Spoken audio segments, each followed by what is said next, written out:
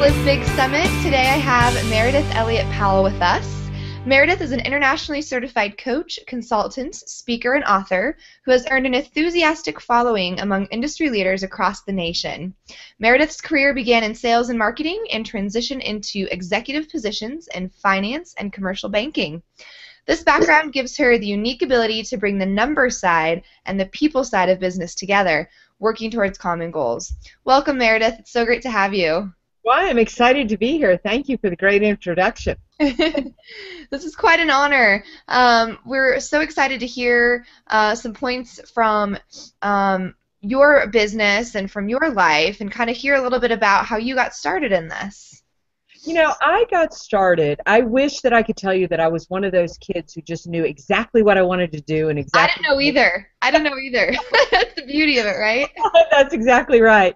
But I started my career out in sales, and I'm going to start right here with a big piece of advice.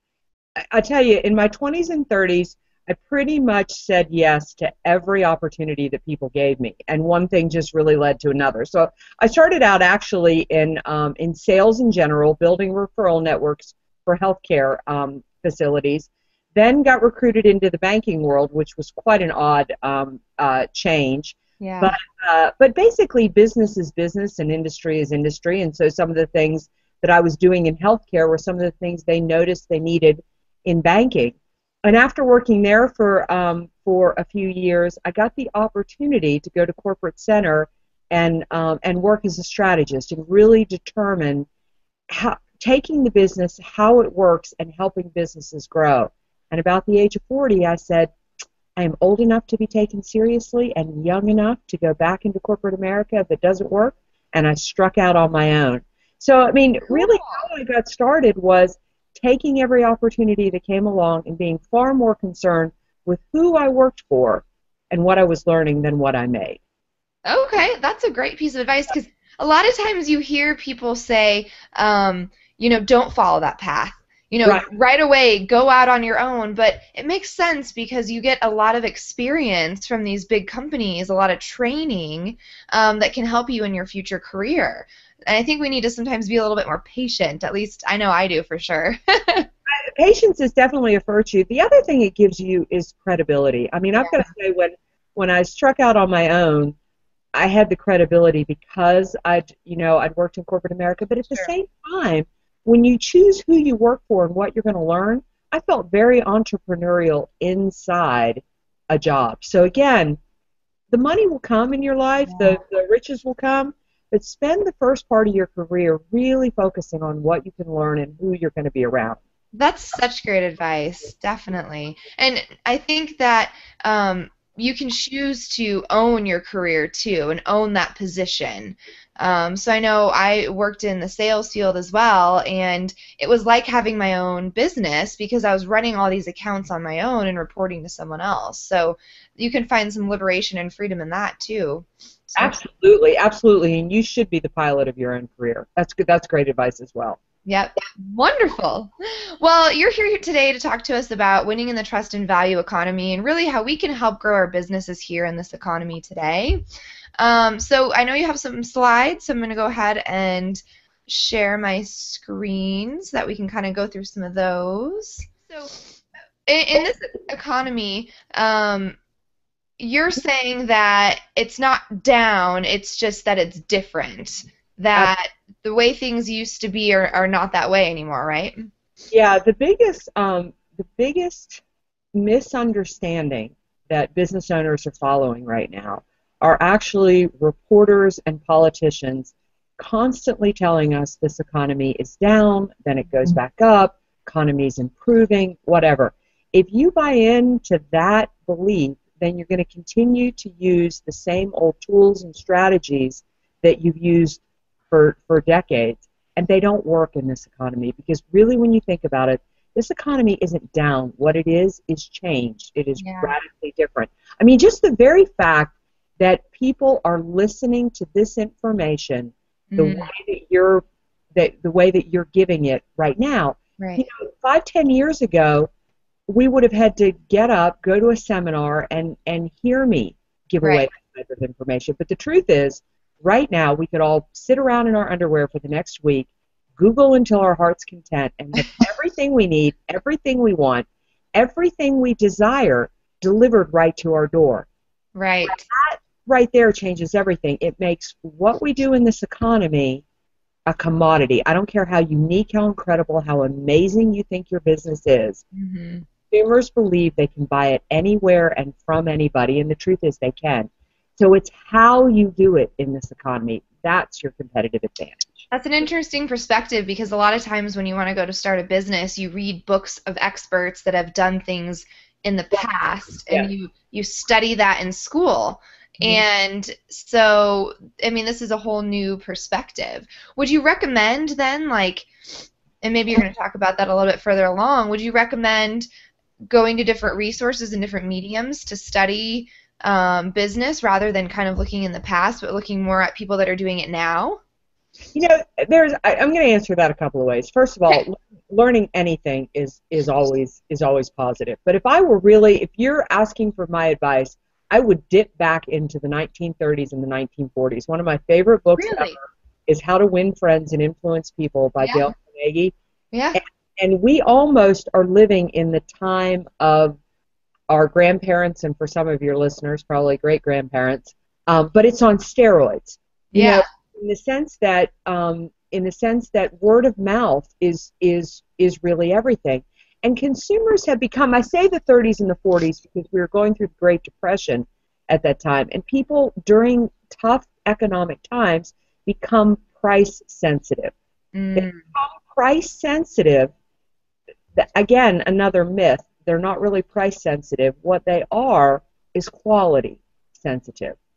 So they're going to ask other people about the experience with you. Now, it used to be in the 30s and 40s, they just asked the neighbor down the street. Right. But now they're asking all their friends on Facebook and things like that. So, you know, I would dip back to those days. The other is the advice that you just nailed, and that is that you need to, I mean, one of my favorite pieces of advice is take advice from people whose lives you want to live. Yeah. And how often do unsuccessful business people give you advice, or, you know, a friend who's having a bad relationship is telling you how to live your, you know, how to do in your relationship. So I always caution people when I work with them, you know, take all the advice you can get, but look at the person's life you're taking it from. And then if you want to live that way, you know, then that's good advice. If not, it's not good advice to take. You know, I absolutely agree with that. And I think that you are who you surround yourself with too, because you're always going to be picking up on other people's successes, and it's more opportunity for conversation and learning, and Absolutely. so I absolutely agree with that. Absolutely, yes. Well, let's go then to the next slide. Push to a poll. So, I'm going to go into this a little bit. Yeah, in 2004, that's the last year on record that the economy was actually at an all-time high. Most of us didn't feel the economic shift until about 2008. Sure. But in 2004, we literally went through an economic shift. So see, this economy isn't down. It really is different. And economists say we moved out of what's called a push economy. And in a push economy, the businesses are in control. And when you move into a pull economy, which is the economy that we're living in now, the consumer's in control. And again, I just really want people who are listening to this to understand that you are not in control of the buying power. The consumer is. They're going to make the decisions. So their experience is critical. Right.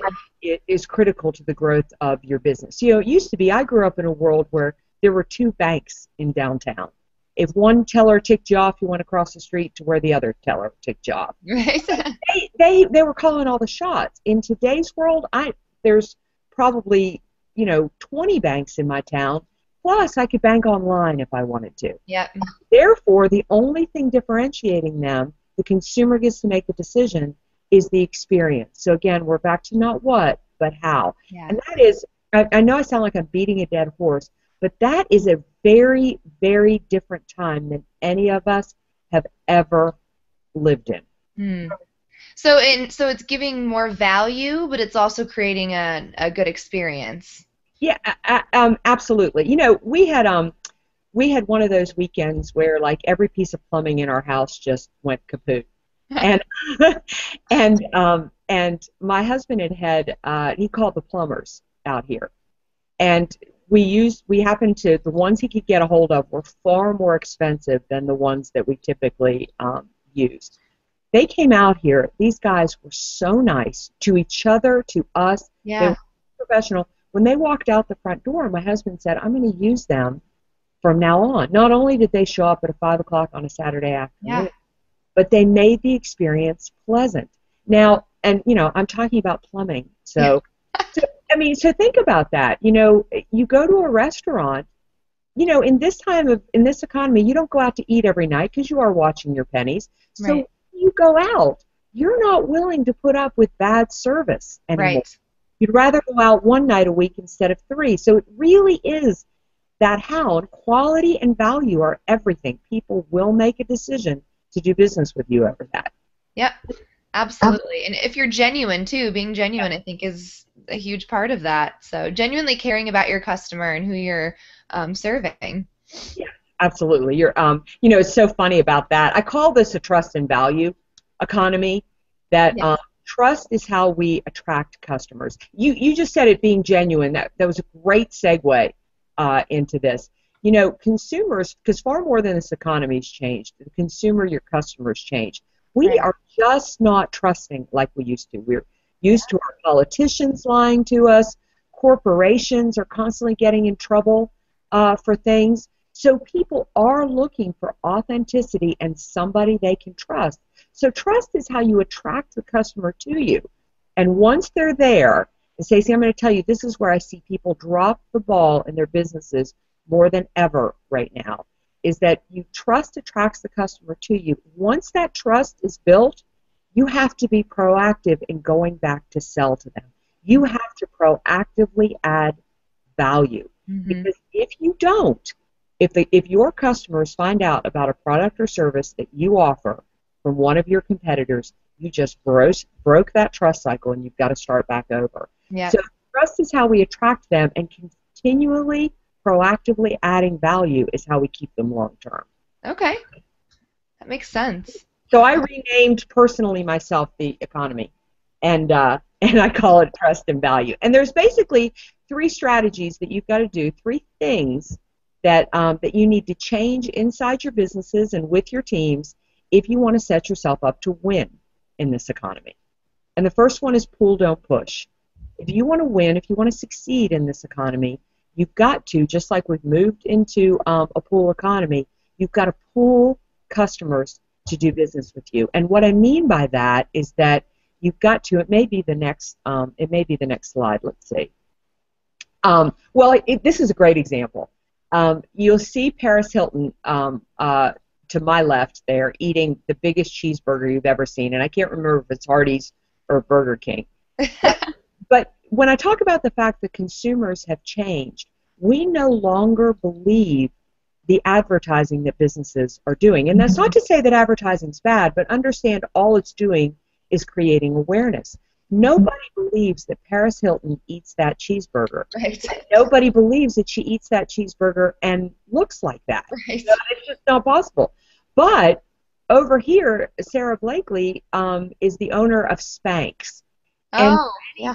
for any woman out there, Spanx, their entire marketing campaign is built off word of mouth. And we turned a former fax machine salesman into a billionaire simply because one person told another, these are fantastic. You've got to try Spanx. So this is a very different time, and I find it interesting. I love this slide because it's a great example of how you watch. You can go ahead and flip to the next one. You can watch how businesses are still trying the same old tactics. I mean, neither Burger King or Hardee's, whichever one it is having a great year. So when I say pull, don't push, you've literally got to attract the business before you ask for it. People have to have heard of you, be aware of you. And again, I'm back to that customer experience. What Sarah Blakely did was create a buzz about her business. Mm. So when people see an ad for Spanx or they walk through the door, they're already sold. Mm. So you've got to attract that business, just like this big live summit that you're doing here, your social networks. You've got to create a buzz about you and get people talking about you, Right. because people are looking for a need to cut through the white noise Right. and find the products and services they want to do business with. I'm sure there are other products out there like Spanx, but Spanx is the one we've heard of, so Spanx is the one that we buy. Right. That makes sense. Absolutely. Yeah. So, and in order to do that, what I say is you've got to create a wow factor. And a Mm. wow factor is nothing more than, I always describe it by the fact that if anybody's ever been to the grocery store and you go down the cereal aisle, and the cereal aisle is the most dreaded aisle in the grocery store, because it stretches all the way from the cash register all the way back to the chicken. And when you turn down that aisle, you experience what consumers are going through today. They are overwhelmed with choice, because Yep. what you see in this aisle is more things that a human being can do with a cornflake than anybody ever thought of. So what do? You look for the cornflake you recognize. All of a sudden, the waters part and that cornflake pops off the shelf that your girlfriend told you to try, or you saw served at a hotel you were staying at or whatever. You grab that box of cereal and you run to the next aisle. Right. Got to create a wow factor for your business. You've got to pop off the shelf in the sea of everybody else. Yep. Yeah, very, very, very important. Yeah, we talk a lot about, I've had a couple women on talking about marketing, and it's your unique selling proposition. It's what makes you different and unique, and how do you create a buzz around that and get people talking about it. And there's a lot of different ways, but I mean, it's definitely the biggest piece to, like you said, winning in this economy. So that's a Well, great. and to your point, yes, is the fact that I mean, these do go in steps. I mean, the first thing you do is create the buzz. I mean, that was such a great point on your part. Is the wow factor's got to come first. People need to be talking about you. Yep. Then strategy number 2, I tell you, it's got to be my favorite, and that's plug into the power of connection. This is my favorite too. Connection's everything, and connection is one of those words that we really misunderstand, because we think it's a step. Like, I had somebody reach out to me on LinkedIn the other day and wanted to connect, and the very next very next message I got from them was them asking me to connect them to somebody else. Well, we weren't connected. Right. All we did was introduce me. A connection is an actual emotional exchange Right. to people. It's the point at which I say, wow, I feel emotionally connected to you. You can't sell somebody until you have connected. Right. And Yep. if you do that, you'll break trust. I mean, you've got to invest in clients before they invest in you. And the way that we invest in clients or customers is by listening and asking open-ended questions. When you listen and you ask open-ended questions, a beautiful thing happens. 2 things, actually. 1, we listen. And listening is the number 1 way that we tell people that we care about them. Absolutely. Yep. And the number 1 way that we say, I'm going to be more interested in helping you succeed than I am in myself. The second is, sales is not that hard.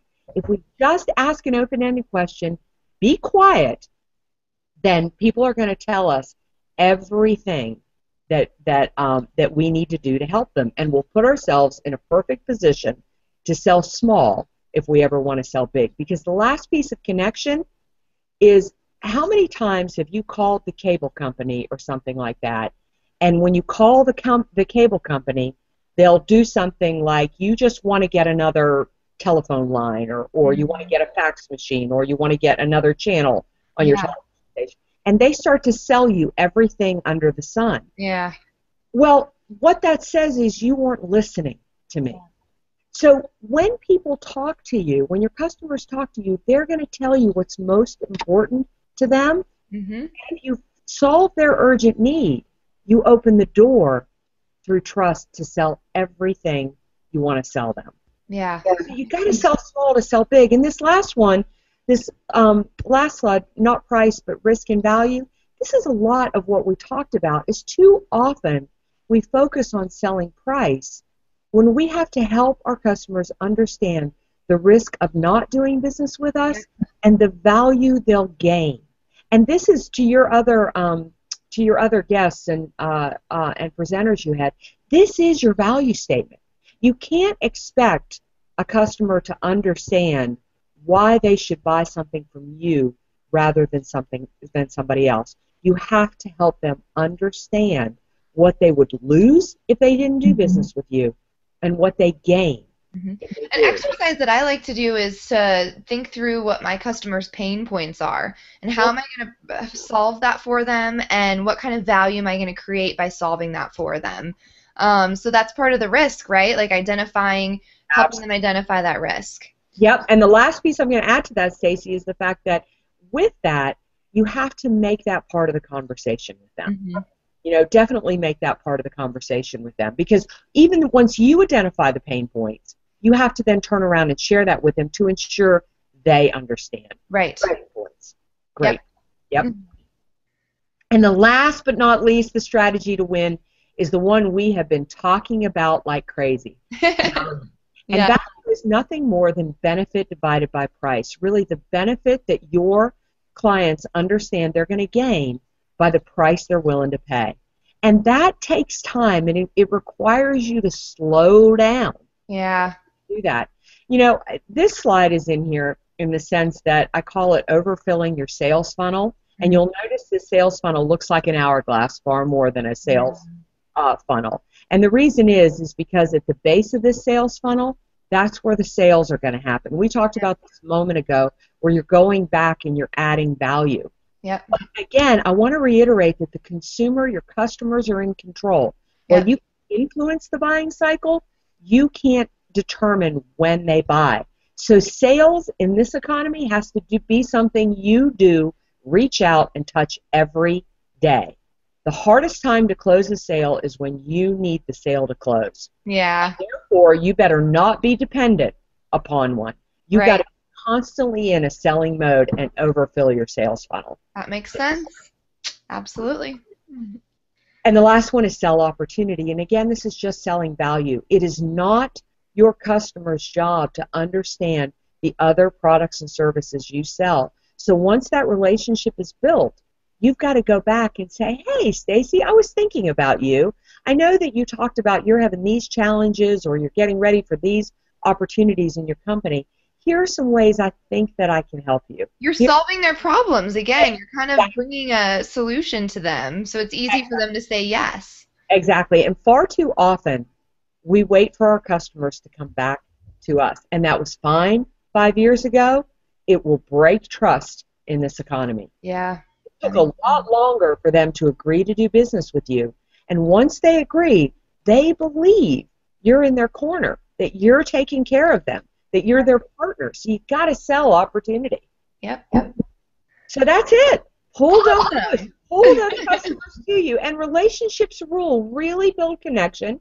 And then last but not least, add value. If you follow those 3 steps, you're really going to put yourself in a position to win in this economy. And I really believe, especially with the audience that you've got, this is an economy really made for them. Right. So this is about relationships far more than price. Yep. And you get your wow factor out there on the internet, you have so much potential. So it's a great economy to be successful in. Oh, thank you so much. That was some great points that you made. I think it's going to be really helpful to all of the listeners. Well, fantastic. So this is where we can find Meridith if we want to connect with her on... I want to say I am a big connector. That's how Stacey and I connected. So please reach out. I've got a blog that I write on all the time on meridithelliottpowell.com. You can also find me on Facebook, Twitter, and LinkedIn, and I would love to connect with you. And you have questions, you want to know more, please do not hesitate to reach out to me. And I'm just going to put a little plug in there. Meridith is so genuine and so kind. That's one of the things that I loved about when I connected with you is you wanted to know more about me, what I was up to. You were asking questions. I mean, that's developing the relationship, and who knows where this is going to go in the future. So it's following exactly what you just talked about. So. Well, I believe in it because it works. Yes. And I want everybody to be successful. Oh, well, thank you so much, Meridith. I really appreciate your time today. Well, thank you. I really enjoyed it. And again, everybody reach out to me. I'd love to stay connected. Wonderful. Thanks. Thank you.